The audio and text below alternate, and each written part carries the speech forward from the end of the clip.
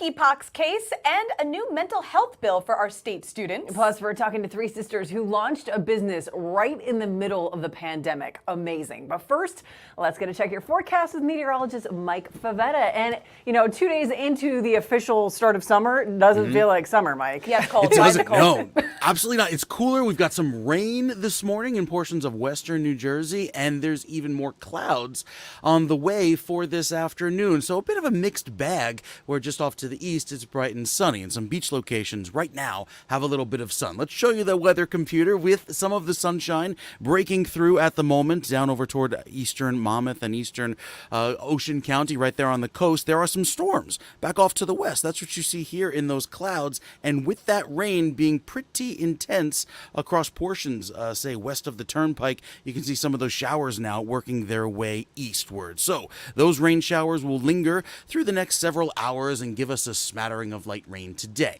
Anticipate a mix of clouds and sun with the chance of a shower. And that's what's on our today graphic. Our forecast points to mostly cloudy skies with a high of 75, running about 8 to 9 degrees cooler than usual. Going into tomorrow, though, anticipate a little bit more sunshine. There will be times of clouds, but overall, temperatures not all that impressive. Low 70s from Flemington to Trent and even down by Belmar and Atlantic City, and those showers continue, especially west of the Turnpike. We've got another check of your forecast coming up, give you details on what to expect for the first weekend in official summer. That's coming up. Kara, Christina, in a few minutes. All right, Mike. Thanks so much. And of course, Don Smith is here with a look at the ride, and Don tells us the Parkway is already a nightmare. Don, what's going on? That it is, Kara. Good morning to you. Good morning, Christina, and good morning, Mike in the Weather Center. Let's get you right over the maps. The northbound Parkway has been subject to closure all morning long, and that looks like that will continue throughout the mid-morning hours. Now, we had a very serious overturned vehicle crash on the northbound Parkway just south of exit 135. That's right here for the Clark area. It's out by the old Madison Hill rest area, if you're familiar with this section of Union County. So again, they've been on and off, sporadically opening a lane to let some traffic through here this morning, but that northbound side is just an absolute parking lot all the way back to the Turnpike in Woodbridge by exit 129 down in this location. Now let's run through what's happening around it. Now it's obviously you don't want to get involved in any of this. So if you're watching us in Middlesex County, Monmouth County coming across the Driscoll Bridge, you've got to stay with the Turnpike at 129, but you can see you and all of your other friends are doing the same thing. Those variable message signs are doing their job. So thanks to the Turnpike Authority for that. They're avoiding pushing all the traffic onto the Turnpike, which it should be doing to avoid the Parkway problem. So the Turnpike is going to run you about another 15 or 20 minutes coming up through Carteret through 12, 13 on into just 13A for the airport. Also 19 is picking up a lot of extra traffic as well coming out of Woodbridge here at the merge in Avenel, out by Avenel Street, and then further up the line through Linden out by the airport. But it's really St. George's Avenue is really picking up a lot of traffic in through Rahway, which is actually Route 27, but we know it as St. George's Avenue here in this section of Union County, and then picking up some more traffic in towards Linden. Everyone trying to avoid this. Now, also southbound, we're seeing a lot of delays coming out of Cranford of exit 137 or so, just south of that. Into the accident location. Now, let's go to the Parkway cameras here this morning. I've been looking at this camera all morning long, and quite honestly, to me, it looks like those vehicles there are basically the same ones that I've been looking at for the last like half an hour or so. It just doesn't seem like they are moving anytime anywhere fast. This is just south of the location, but that is all northbound traffic. You can see an absolute mess. We also have a couple other issues to deal with. 17, we've got an issue that just cleared up going north up by the Parkway in Paramus. There's also now a fluid spill on 295 South at exit 1. Watch for that for Route 130. The Tacony Palmyra drawbridge is in the upright position. That's running about 15 minutes. We also have a water main break on 70 East. And this is out by Cuthbert Boulevard in Pennsauken. And then 26, there's a lane down with a gas main. We still have this Route 9 mess on out by Ernston Road. This is out by the Wawa. And this has been out there for well over 24 plus hours or so with this down utility pole. It's literally like right in front of the Wawa this morning. You can, I don't know if let me see if I can widen this up just a little bit. So there it is going north here this morning in towards the area of of Ernston Road. There's the Wawa there, and this has been out of service for pretty much all day yesterday and now into today. So give yourself plenty of additional travel time coming through Marlboro and then in towards Old Bridge, I should say. And then Montclair line has the 823 canceled there. That was in Hackettstown. But the track work on the Pascagoula Valley line is going to end tomorrow. So finally some good news, Spring Valley to Secaucus. That's what's happening in a very, very busy traffic center. Kara, Christina, we'll send it back into you. Don, thanks so much. We'll check in with you a little bit later. Well, you know, this past weekend, it was a busy weekend. We celebrated Father's Day, and we also celebrated Juneteenth. And as we were doing those celebrations, hundreds of NJ Transit engineers called out sick, bringing the public transit service to a near standstill. Yeah, so what happened? An email from the union leader apparently said that NJ Transit wasn't planning on giving these guys holiday pay for the newly minted federal holiday of Juneteenth. The email went on to encourage workers to, quote, celebrate the holiday. How that translated to call out sick, I'm not sure, but that's what happened. And on Friday, Saturday, and Sunday, they called out. It was a mess. 7 NJ Transit lines had to be suspended, and there was last Friday night because of it. A federal judge then ordered the engineers back to work on Sunday and then banned them from causing any kind of service disruption while they're still negotiating in good faith. Governor Murphy called this despicable too. I mean, he was not happy. He was not happy. Well, because apparently, so this particular union is one of 15 that have not renegotiated their contracts just yet with NJ Transit, but they're in the process of, and that was what Murphy was saying is, you know, when you're in the process of negotiating, you still act in good faith. You don't just call out and leave hundreds of stranded. People stuck in the city, you know, on a holiday weekend. It was crazy. It's just so many people. I would have been livid. I would. Oh man, it's hard enough commuting and then it's that on top. And then that on top of it. Yeah. Well, so and in case commuting doesn't sound appealing enough, driving may not be the best alternate, not because of the gas prices. Right. There's a new bill that just passed the committee that would raise auto insurance rates for over 1 million New Jerseyans. What's next? Yeah, exactly. So supporters of the bill say it's needed to protect accident victims. Opponents say the $650 annual increase is just too much. I mean, here's how it works, okay? Right now in New Jersey, your personal injury protection, or PIP, on your auto insurance only has to be $15,000. That's because your primary medical insurance is allowed to step in first should you get injured or you hurt someone else in a car accident, right? Well, the bill would raise it to a minimum of $250,000 and then force it to be the primary insurance coverage in an accident, and that's where the rate increase comes in. It's just not fair. I feel like at this point, if you don't want that coverage, you shouldn't be forced into having it. Yeah, and we pay so much on everything. Right now. It's like this is just the last thing anybody needs. So not a lot of people happy about that. Yeah. All right. So despite all of that, it looks like we're on tap for a record-setting number of people to hit the roads for 4th of July. Yeah, people are like, I don't care. AAA estimates that 42 million Americans are going to hit the roads this holiday, despite all of the record high gas prices you've been seeing. Yeah, but according to FamilyDestinationsGuide.com, New Jerseyans specifically are cutting their road trips short by about 30%. So that means we're not going much further than DC, which is about a 4-hour ride, depending on where you live in the state. Yeah. What do you think? You guys are road trippers? We're not really road trip. I mean, with small kids, it's kind of like, you know, the "Are we there yet?" starts at like 5 minutes into the road trip. I need a snack. We just left. Relax yourself. You know, we haven't really taken a road trip in a while. How about you? I happen to enjoy a good road trip. So I have family in the Carolinas. I have family down in Florida, and I have driven to both, and I enjoy it. I enjoy the ride. That leg from North Carolina to Florida. That's that leg. There's not a whole lot there. It's just got to make a few stops. Maybe go like inland a little bit more, and then make some stops. But yeah. So I think I would still do it. Honestly, even now, even with the gas prices, because I'll tell you what, the flights are not any cheaper either. So I mean, and then you have the shortage of, you know, all of the pilots and the airplane crews. So you're dealing with a nightmare in that respect as well. So you're kind of like, okay, 6 and 1/2 dozen the other. Which is the worst? What battle would you like to pick today? Oh my goodness. Well, good luck if you are traveling. Absolutely. Our first guest today is the director of the strategic events for St. Joseph's Health Foundation in Paterson. Please welcome Patricia Palucci to the show. Good morning, Tricia. Well, good morning, ladies. Thank you for having me this morning. Our pleasure. So we all know and love St. Joe's over here, but for anyone watching who's not familiar with the hospital and its work, can you briefly tell us about it? I would love to. Thank you for the opportunity. So St. Joseph's Health, located in Paterson, was founded by the Sisters of Charity 154 years ago, really with the primary focus to take care of the poor and underserved. who worked in the silk mills in Paterson. We still continue that mission today and do over $52 million a year in charity care. So my role at St. Joe's is to host these fundraising events which go to support the charity care that we provide. So it's a wonderful opportunity. I want to share with you that we're having an upcoming event on Monday, which I'm very happy to talk about. It's our second annual NFL Alumni Golf Classic, which will be held at the Upper Montclair Country Club.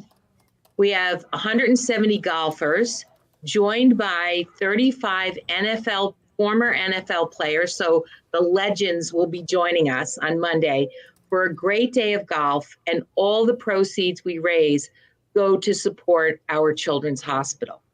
A lot of people don't know about St. Joseph's Children's Hospital and the amazing center of excellence that we have right in Paterson.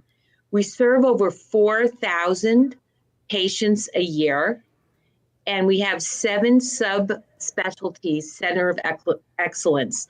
So we have our Binder Autism Center, which takes care of over 500 families each year.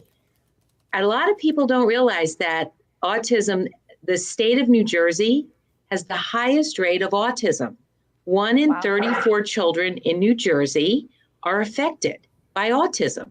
And we have the Binder Center, which helps these children and their families with social skills, life skills. It's an amazing program right in our backyard. So I'm happy to talk about that. We also are one of the only 7 Valerie Fund children's cancer hospitals in the country. And our patients come at no cost to the children or their families. And we have over 5,000 outpatient visits a year at our Valerie Fund Center. Wow. That's fantastic. Just a little bit. You're doing a lot there. And I want to circle back to the golf outing you mentioned, raising money for these much needed programs. How did the NFL get involved and who are you expecting? Wonderful question, Kristen. Thank you. So Roman Oben, who is the vice president of the NFL, and he's also the president of the New York, New Jersey NFL Alumni Chapter. Wow. Roman got together with us last year and said, you know, the NFL has a mission also to care for kids. I would like to see if we can do something together with St. Joe's. And so we tried it last year. It was a tremendous success. And we've just expanded the program and expanded the outing. And so that's how it all started. Roman lives in Montclair. He's a local guy. He's right down the street from the hospital. He was just here last week for a visit with the children, and it was an amazing day for everyone. I can imagine. That must be so special for the kids too. Mm-hmm. So I noticed, Patricia, on the website for the golf outing, you know, you guys sold out a lot already, but are there still some elements of the event that people can sign up for? I understand there's like a lunch and a dinner as well as maybe a few tickets to still go golfing.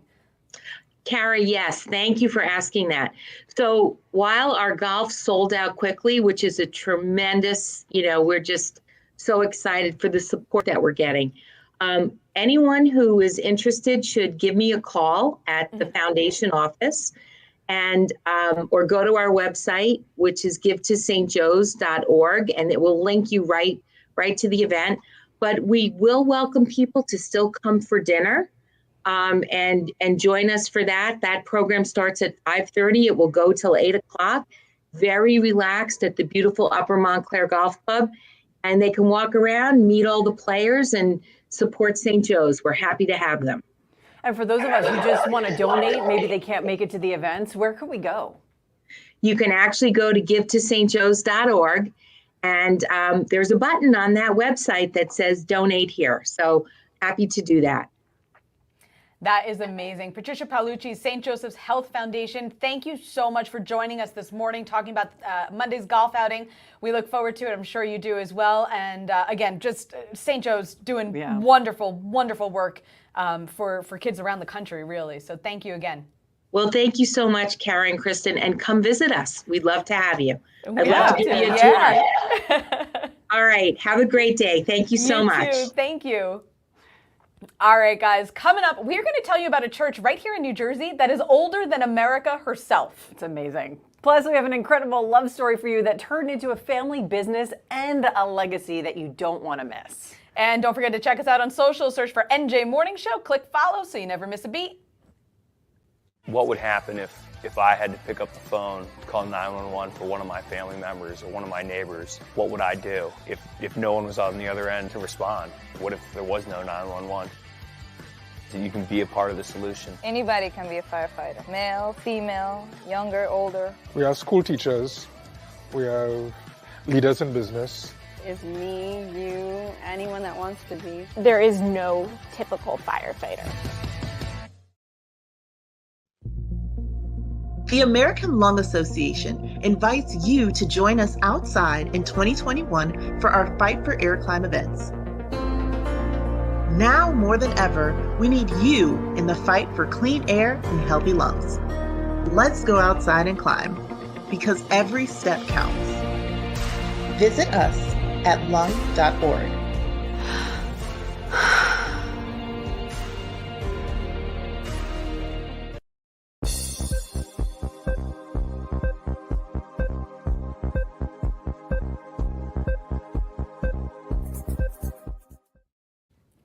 Welcome back to the New Jersey Morning Show. Let's get another check your forecast. Meteorologist Mike Favetta, and finally, it's going to be starting to feel like summer, right? Or It is. Oh, It there you is. are. It will There he start is. to feel like summer. Good morning. Yes, camera taking a little summer break this morning. Early summer vacation. Saw the calendar, weather. saw the weather.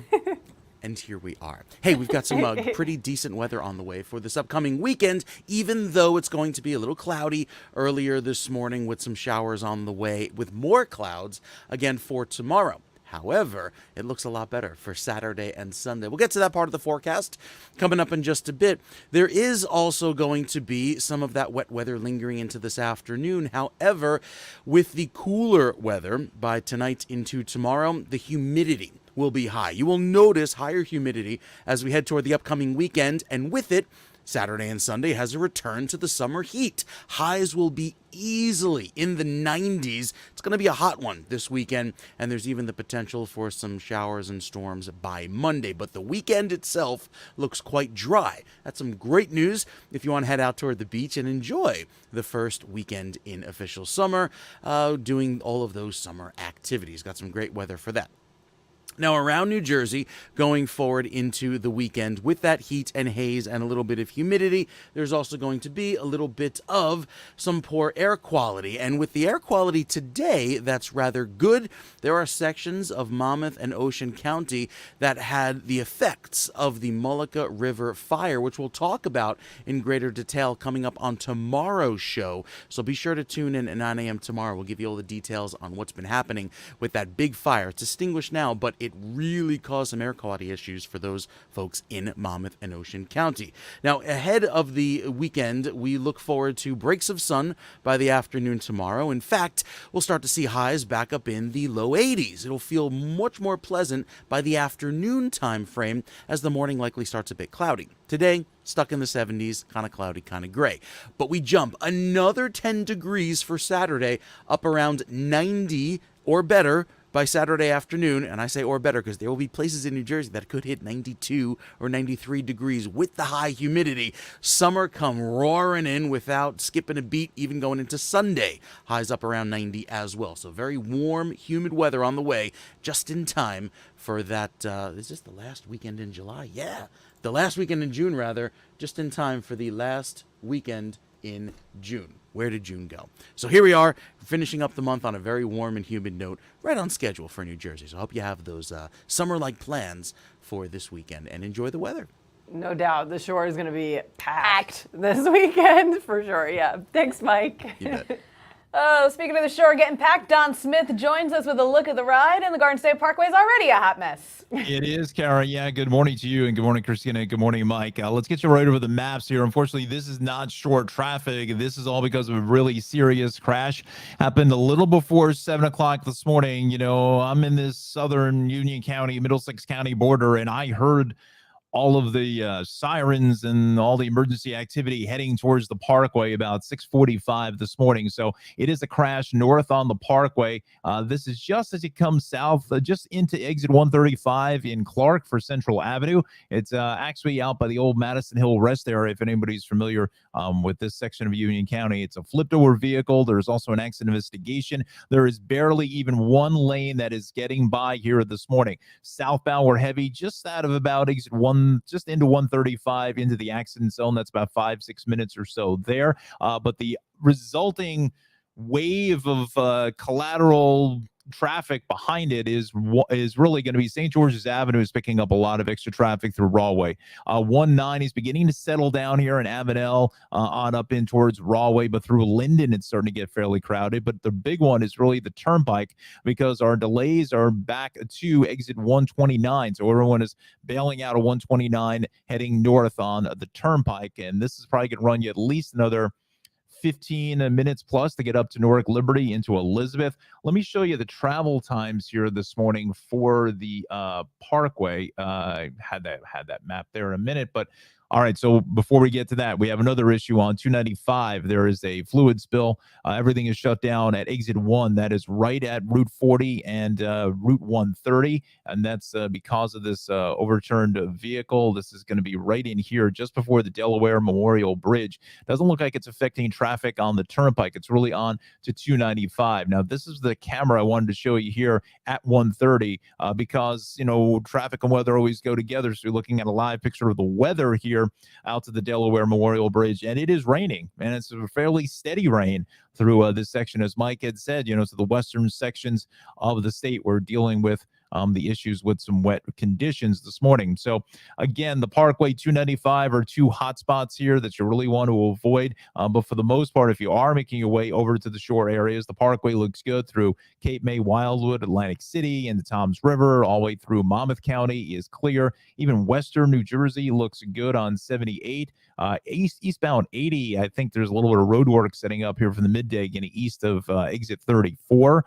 So you want to watch for that. And then North Jersey, just some delays along northbound 208. Looks like they're doing also some more repairs there past Route 4. But then 17, there was an earlier crash out by the Parkway in Paramus going north. So we haven't really recovered. We're well back into the Lodi area. Hudson River crossings, we're averaging about 20 at the George, about 20 at the Holland, about 15 at the Lincoln, and transit is going to be on or close to schedule. And that's what's happening in a very busy traffic center. Kara, Christina, send it back to you. All right, Don, thank you very much. We're going to keep you busy all morning long.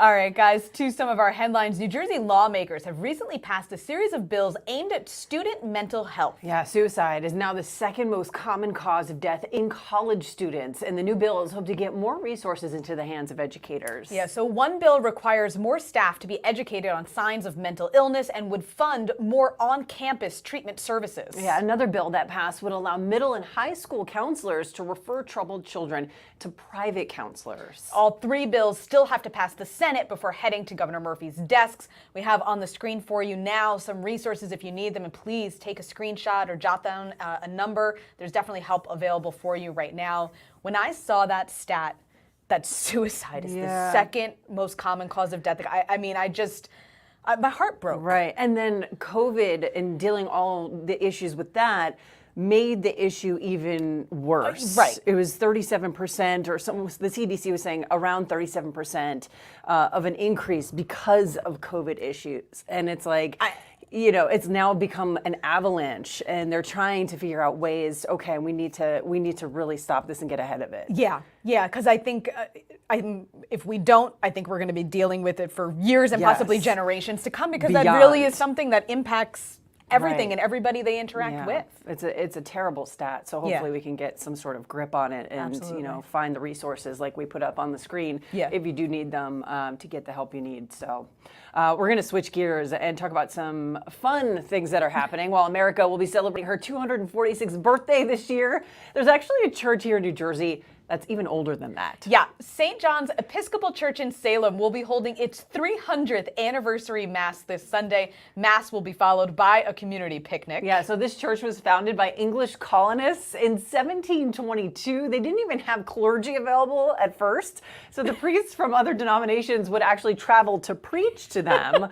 Ultimately, their first rector was sent from England. It's a beautiful looking church, a little bit like mysterious looking too. Yes. It's just like, I don't know, but I'm a big history nerd. I love stuff like this. And just to think, that they came here, they got off the boat, they built this church, they didn't even have anybody to come and preach to them. And if the walls could talk, right? All right, yeah, exactly. They were saying in the article I read about it that the cemetery too has veterans from every war, local famous people, people from different epidemics, much like the one we've just lived through. Right. There's been others.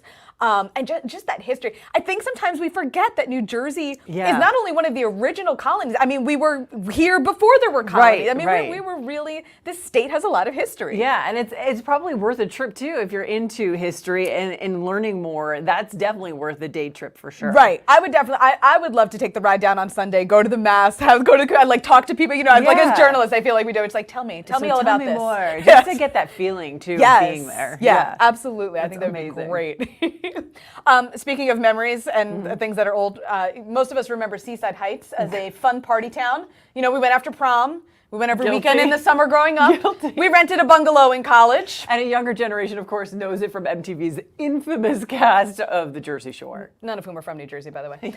The borough, though, is trying to shake its party town reputation. Mayor Tony Vaz says the town is building new condos, new homes, new businesses. Yeah, the town had two major factors contributing to their renaissance. First, the Jersey Shore show put them on the map, and then Sandy wiped them out, leaving them a popular town basically with a blank slate. Yeah, so Mayor Vaz says anything that he's rebuilding is geared towards being family friendly. So he's not joking around with this either. Yeah, I mean they're doing that sequel to the Jersey Shore show, and Seaside said no, absolutely not. We're not having you guys again. They bulldozed Bamboo. Both Bamboo and Karma are shut down. They bulldozed Bamboo. They're going to put townhouses. Right, because now you go anywhere in the country and you say Seaside Heights, they're like, oh, Snooki and the Jersey Shore and partying and chaos and all that. And it's true. And I love because we actually also have family out in Illinois, and in their minds, the Jersey Shore was only Seaside Heights. I was like, no, there's 120 miles of coastline in this state. They were like, it's what? Beautiful. And it's gorgeous. Yeah, and you can relax. It's not that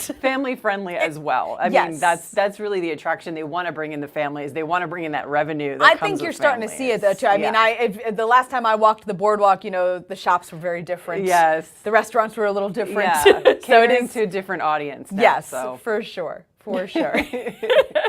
I love it just the same, though. Yeah, I love Seaside Heights. That was my summer growing up, for sure.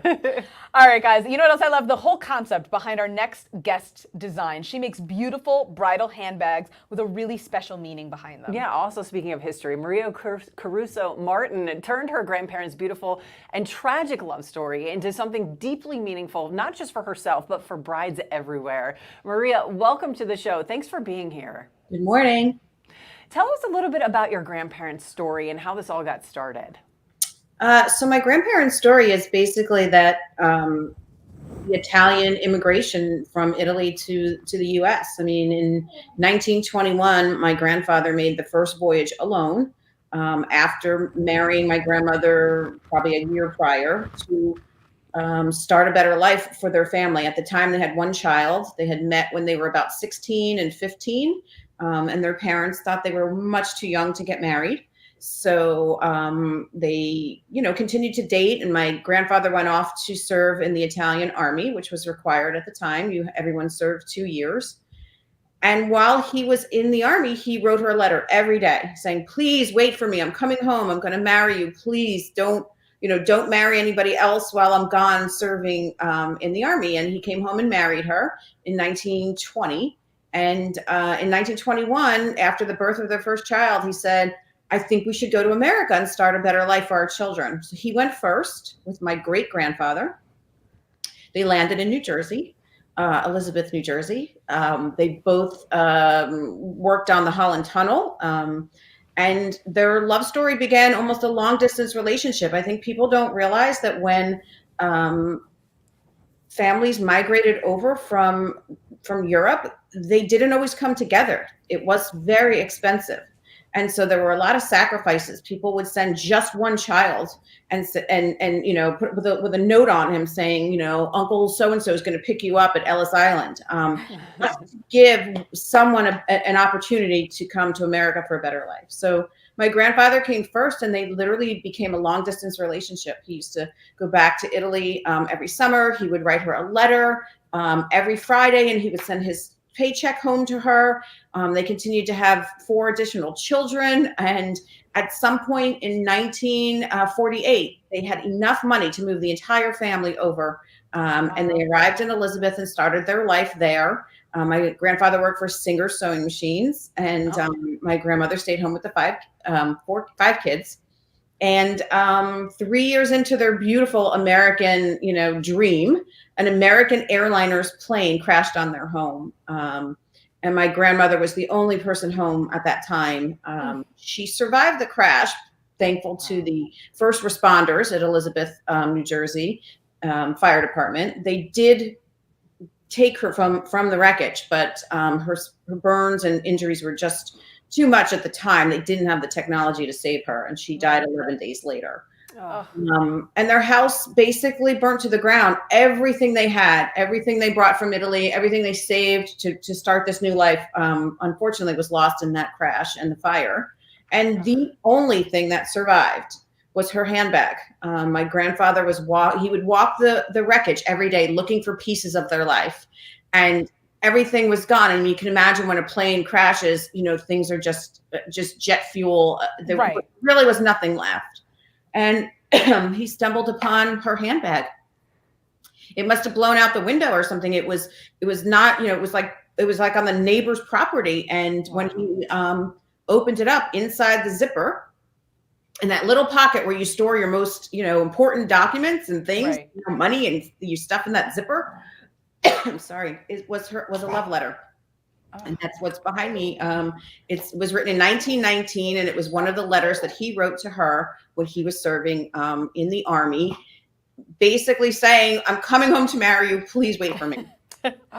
It's just such a powerful and a sweet story, and it gives you chills. It gives you chills. It really does. And I have to tell you, it reminds me of my own grandparents, who my grandmother's name is also Maria Caruso, which I found to be a little strange.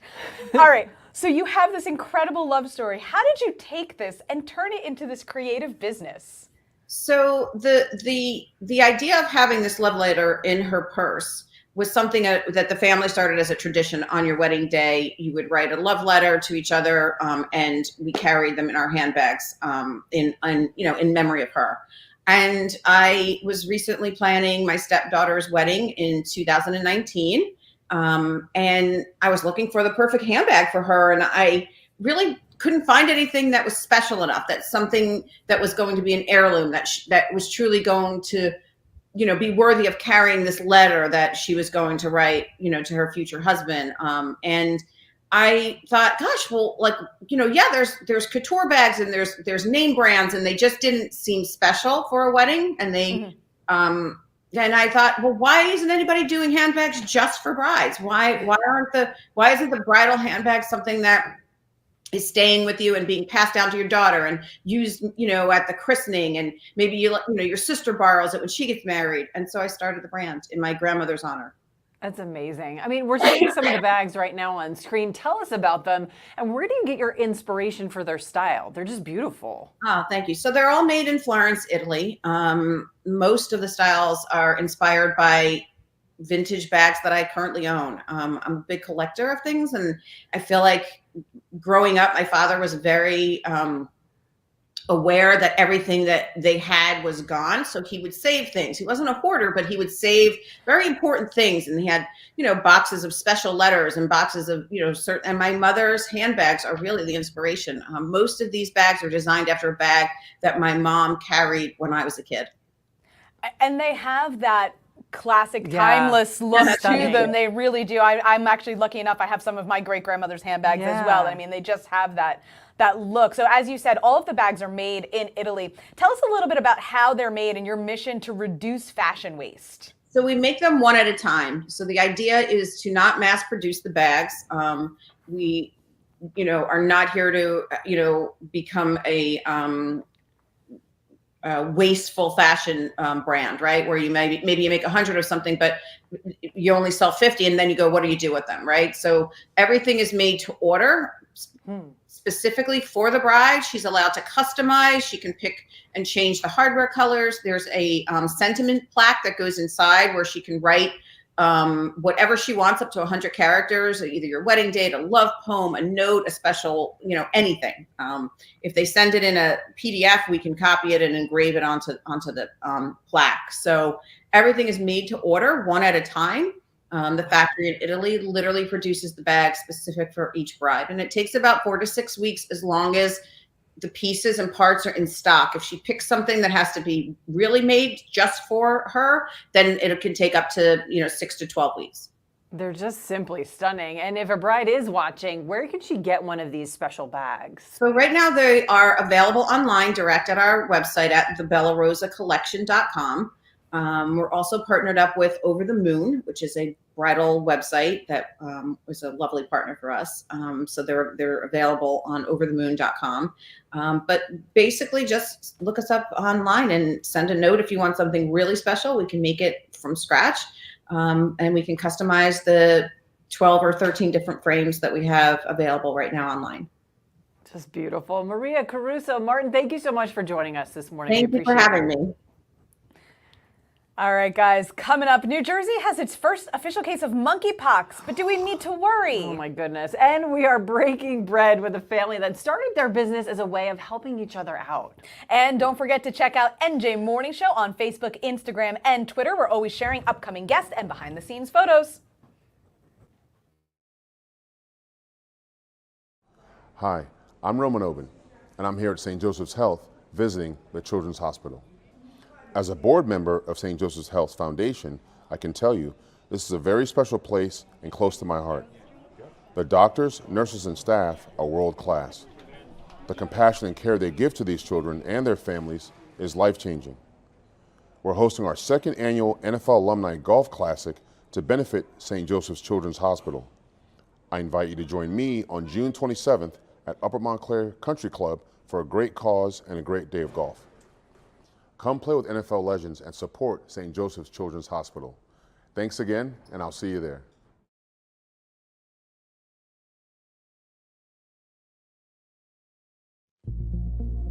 The American Lung Association invites you to join us outside in 2021 for our Fight for Air Climb events.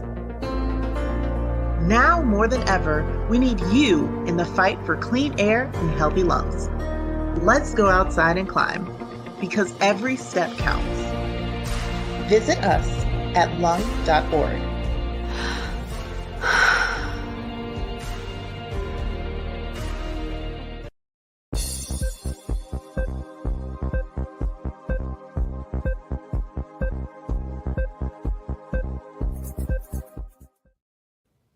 Welcome back to the New Jersey Morning Show. This is a bit of gnarly news right now. The state health department announcing that New Jersey has its first official case of monkeypox. Oh boy, the virus, which is related to smallpox, is extremely rare, but it did come out this week that someone in Jersey City did in fact have the disease. In humans, the virus causes fever, headache, muscle aches, exhaustion, and a rash that is contracted by prolonged contact with an infected person. Now, the first recent case found in the U.S. was last July in Texas from a person who traveled to Nigeria.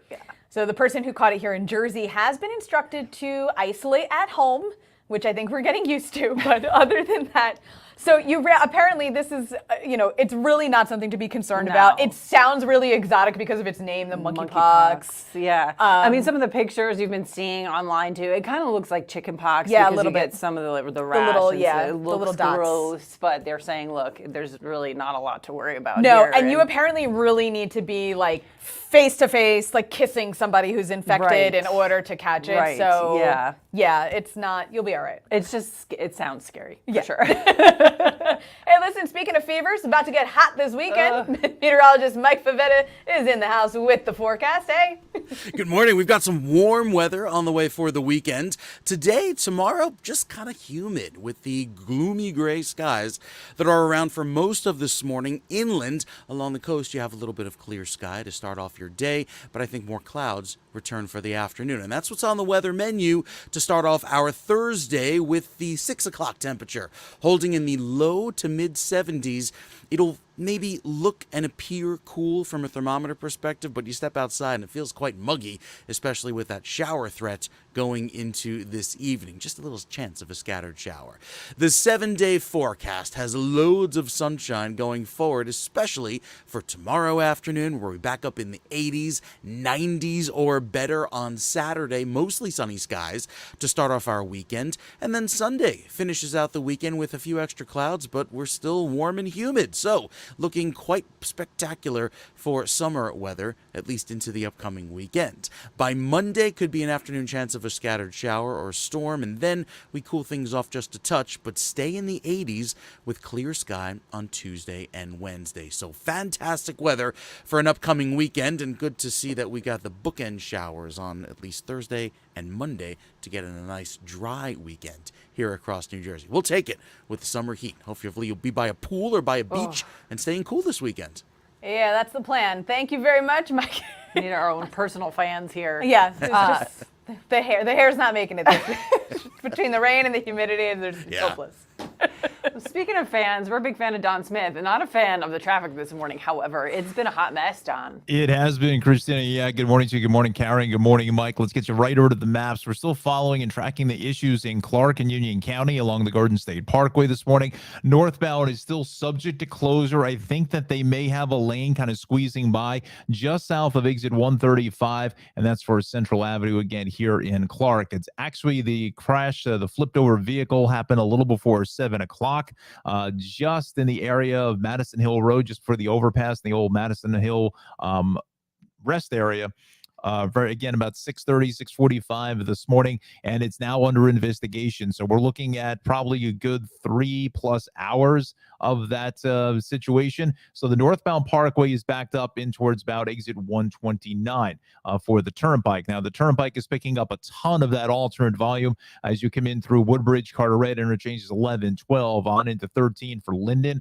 So is routes 1 and 9 is picking up a lot of traffic. Again, now we're getting into the mid-morning hours with traffic lights. The alternate volume is probably beginning to thin out just a bit, but it's a little bit busier than normal if you're heading out from Rahway into Linden. And same thing along St. George's Avenue is seeing a lot of traffic as well. A lot of our friends in Colonia, Islin, Avenel are making their way up St. George's Avenue to either Westfield Avenue to reconnect with the Parkway at 135, or making your way even further up in towards the Linden area. So the Parkway itself is running probably well over an hour plus from the area of the Turnpike on into that location. We also have other issues here this morning with some problems on 295, and that's a jackknife tractor trailer that's going south here right at the split for exit 40, 130 in Pennsville, just before the Delaware Memorial Bridge. So everything is shut there. It's about a 10-minute backup, so go with the posted detour. Now, you know, I always say traffic and weather go together, which is always the case, and you can see it's still kind of raining.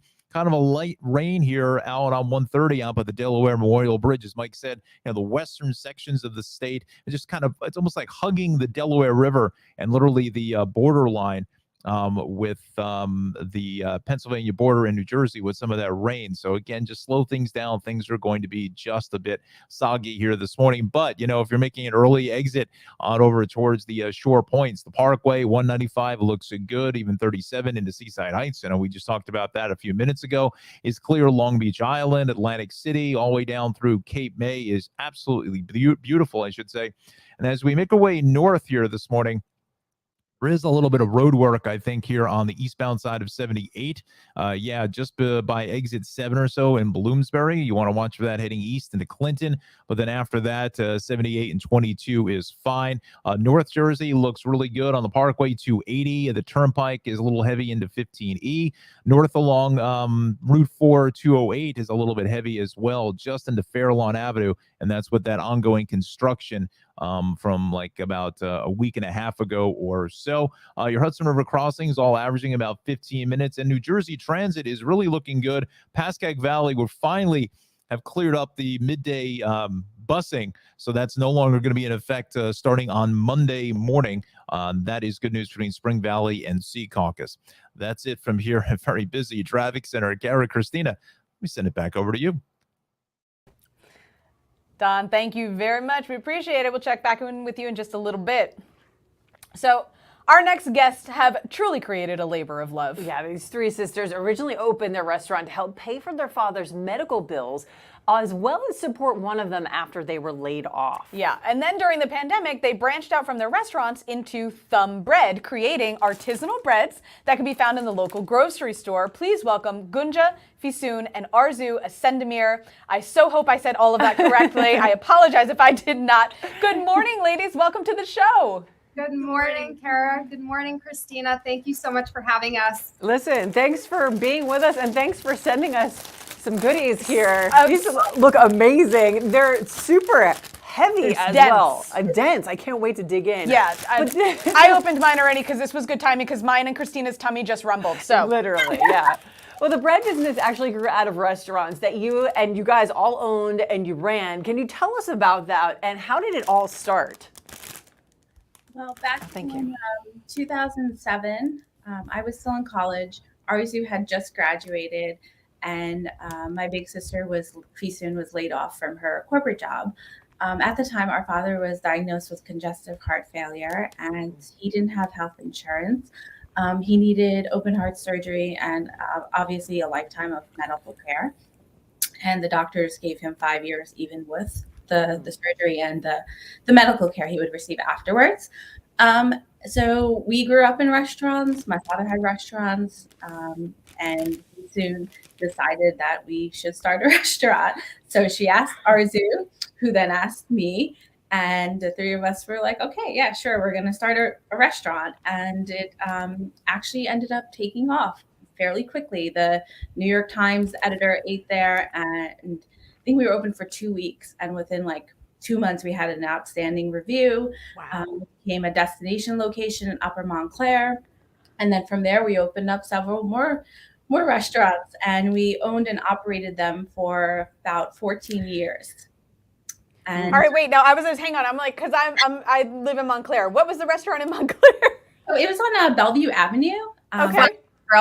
Flatbread Grill. Yeah, right off Bellevue. I'm sorry, right off Valley Road on Bellevue Avenue, 204 Bellevue Avenue. So it was off the main street, so we were kind of like this little hidden. Yeah, but there is no better food than the food that you find in like hidden gem sort of restaurants like that, for sure. So Christina and I have started eating bread, and it's still at the two. I'm not kidding. The two of us were we were like, this is great. I'm trying not to be rude and like eat and on like camera. eat while we're talking to you. But okay, so your family is of Turkish descent. Is the bread also Turkish? We're inspired by Turkish culture, and we don't want to say that it's a Turkish bread because then Turkish people might be upset with us because they tend to be very traditional. They don't stray from tradition. Even when we started the restaurant and we were doing Turkish food our way, they weren't very happy about that. So yeah, the Italians are the same way. Don't worry. Don't mess it up. Don't say, because they honor tradition. So we were inspired by traditional Turkish bread, but we definitely had to change it to really kind of fit our menu. Yeah. So Arzu created the recipe specifically because you want to tell them a story? Well, I created Thumb Bread back in 2007. I didn't want a lot of different breads and a large inventory, so I wanted to create something that was versatile that we can use throughout and weave throughout the entire menu for our sandwiches, or cold sandwiches, hot sandwiches, to use with our dips, serve along our soups and salads. So I tested this recipe with my father. God, he has been great. He was so patient with me. was a baker, so I learned a lot of cooking and baking from my father and my mother as well. Yeah, he helped test the recipe with me, and then I, started shaping the top with my thumbs. And so I'm like, I'm going to call this bread thumb bread. Yeah. Everyone's always like, where'd you come up with the name? That's just funny. But I wanted something easy to remember for the kids. I wanted something memorable, something fun that people can talk about at the table. So it kind of just happened. The kids love it. They would draw little drawings and we'd hang them up everywhere. So yeah. I love it. And it's really, I mean, I could make a meal out of this. Just a little olive oil, maybe some tomatoes, and you're good to go. I mean, that's the Italian talking, right? Yeah. I mean, but it's amazing. And you're now selling in food stores as well, right? Yes, we are. Thumb bread is currently available in select ShopRite stores throughout the East Coast. Specifically in New Jersey, we are available in the ShopRite in Hoboken, Bayonne, Jersey City, Ramsey, Wayne, just to name a few. Yeah, we're in Clark, New Milford. Wow. Probably forgetting some, but we're constantly adding more. And if you want, you can go on thumbread.com to check for additional locations. So as we add more, we'll update our website. I love it. We keep eating. We're like really trying to be professional. It's not happening right now. We eat. It has to good that I taste the oil that's in the bread. It's very, very good. All right, tell us a little bit about Hold the Bread Foundation. That's your philanthropic side of all of this. So Hold the Bread Foundation is something we've been talking about for quite some time, and finally we'll be launching it. We're working on it right now. We're gathering partners like local food pantries. Montclair State University's food pantry is one group that we're going to partner with because Arzu and I are alumni there. And basically, we want to work within local communities with disenfranchised demographics, people who are, suffering from food insecurity because we grew up in poverty, to immigrant parents. So that's something that's really important to us. So we're laying the foundation of it right now. But we have a lot going on. So we're trying our best to get everything, all the moving parts together. But hopefully this fall we'll be announcing some of our food pantry partnerships.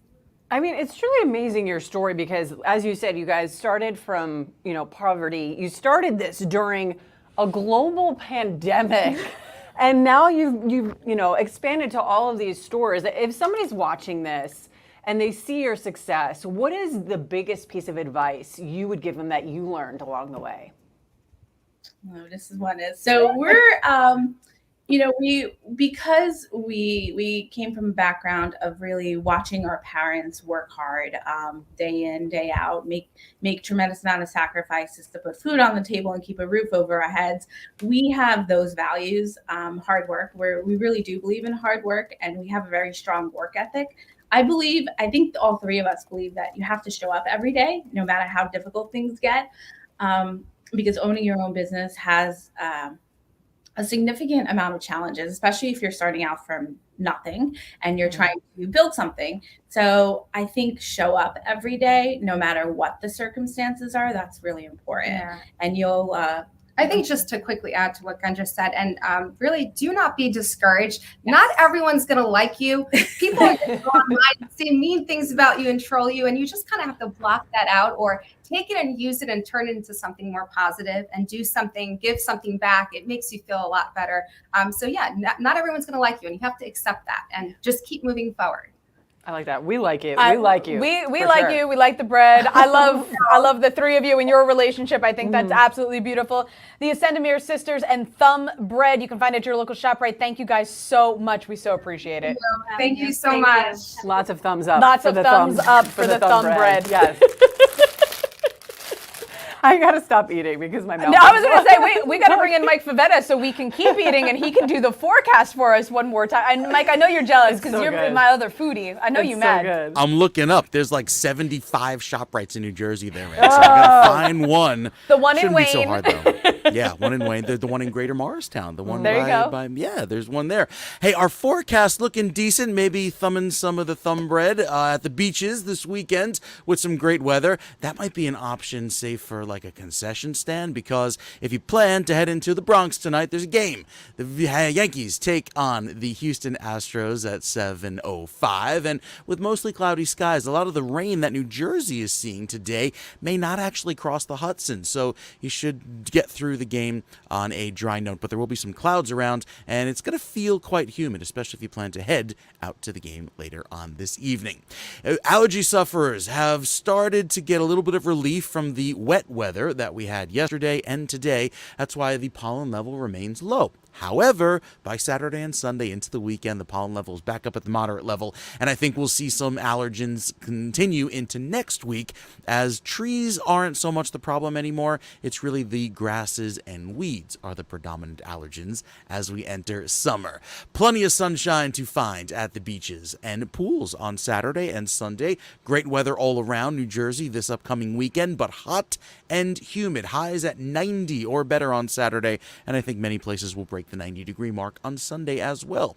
We're rain-free until Monday. Next chance of wet weather Monday afternoon as some showers and storms push on through. That will cool us off into the low 80s, but I think we stay in the low 80s with clear sky on Tuesday and Wednesday. So starting off the first weekend in summer with some hot weather just in time for everybody to race down the Parkway safely at a speed limit, going to the pools and beaches and enjoying all of New Jersey's summer benefits here with great weather to go along with it. Yeah, that is exactly it, Mike. Thank you very much. Standing with us for just a minute. Well, we're going to bring in Don first, but hang out for a sec. Yeah, speaking of the Parkway, it's been a heck of a ride this morning, Don. That it has, Christina. Yeah, good morning to you. Let's get you over to the maps here this morning. It's the Northbound Parkway is still under investigation. A really serious accident happened about 6:30 this morning, so we are still well back towards the New Jersey Turnpike and exit 129. This stretch here is probably still going to run in that hour-plus mark here this morning, so a lot of the alternate traffic is bailing out to the Turnpike, as it should, heading north into Carteret, on over towards Linden, even 19, and then 3527. Well, we call it St. George's Avenue in the section of Union County, and really 27, but seeing a lot of extra volume between just the Island area, southern Rahway, Colonia, on through Rahway. So again, be careful there. And then south, we're pretty heavy, also getting out to exit 135. So it's Northbound Parkway, still subject to closure, accident investigation just south of exit 135 for Central Avenue in Clark. I want to quickly run down a couple other things. Truck routes 1 and 9, the drawbridge there at the Hackensack River drawbridge is just about ready to be closed up here. So that delay should ease out. Still looking about 10 minutes. And then 295 going south at exit 1 down by the Delaware Memorial Bridge. We are still closed with another jackknife tractor trailer. 70 as a water main break east at Cuthbert Boulevard in Pennsauken. And then Route 9 as you travel north still has the right lane shut down coming up to the Garden State Parkway in the area of about Ernston Road. And again, you know, I always say traffic and weather go together. It's still raining here, or lightly raining out towards the Penns Grove area on 130 at the Delaware Memorial Bridge. What's happening here in the busy traffic center? We'll send it back over to Kara and Christina. Break soon. Thanks so much. All right, guys. So our executive producer, Gerald, has been looking for housing. We've been talking about the housing market lately, right? Yeah. It's been a little wild. Well, one seller in Medford left just a small thing out on their bed when they took photos of the house. Check this out. Yeah, it's a teddy bear, which has us chuckling.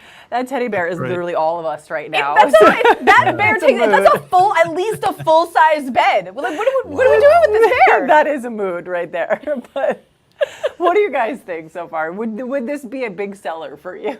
I'm just wondering where they actually got that. I mean, that's not something you're going to win on Jenkinson's Point Pleasant, right? You might. I don't know. I don't know where else you would get it. It takes over most of the stand, right?